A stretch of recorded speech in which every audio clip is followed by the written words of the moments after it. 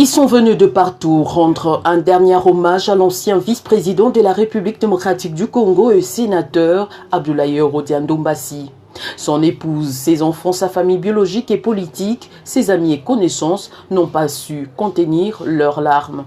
Une occasion pour les uns de parler de la lutte politique menée par l'illustre disparu et d'autres par contre de parler d'une perte pour la République.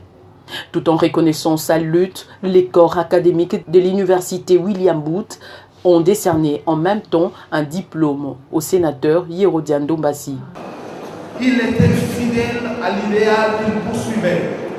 C'est ce qui l'a rapproché de Fidel Castro, de Che Guevara, de Robert Mugabe et de son fidèle compagnon de lutte, frère d'armes, Mzee Laurent Désiré Kabila, pour la libération du Congo. Pour les compagnons de Mzee Laurent Désiré Kabila, la mort de Yerodia reste gravée dans le mémoire des Congolais. Ce qui est important ici, c'est de retenir l'ensemble des œuvres, l'ensemble des implications positives qu'un individu peut faire au service de sa communauté et au service de la communauté extérieure aussi. Je crois que M. Yerodia Abdoulaye Ndombassi a répondu aux critères de ce monument tentaculaire, j'allais dire, par d'abord, comme je l'ai dit tout à l'heure dans l'argumentaire scientifique, par son apport, on va dire politique, ça je ne reviens pas dessus parce que c'est un monument, et surtout aussi par son apport scientifique qu'on ne connaît pas beaucoup.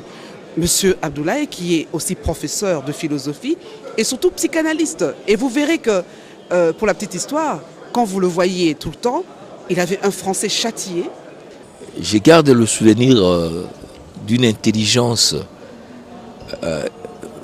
fine, forte, puissante, n'est-ce pas, qui est symbolisée par ses doctorants en philosophie.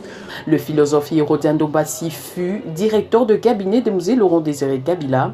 Né le 5 janvier 1933, Yerodia était également ministre de l'Éducation nationale.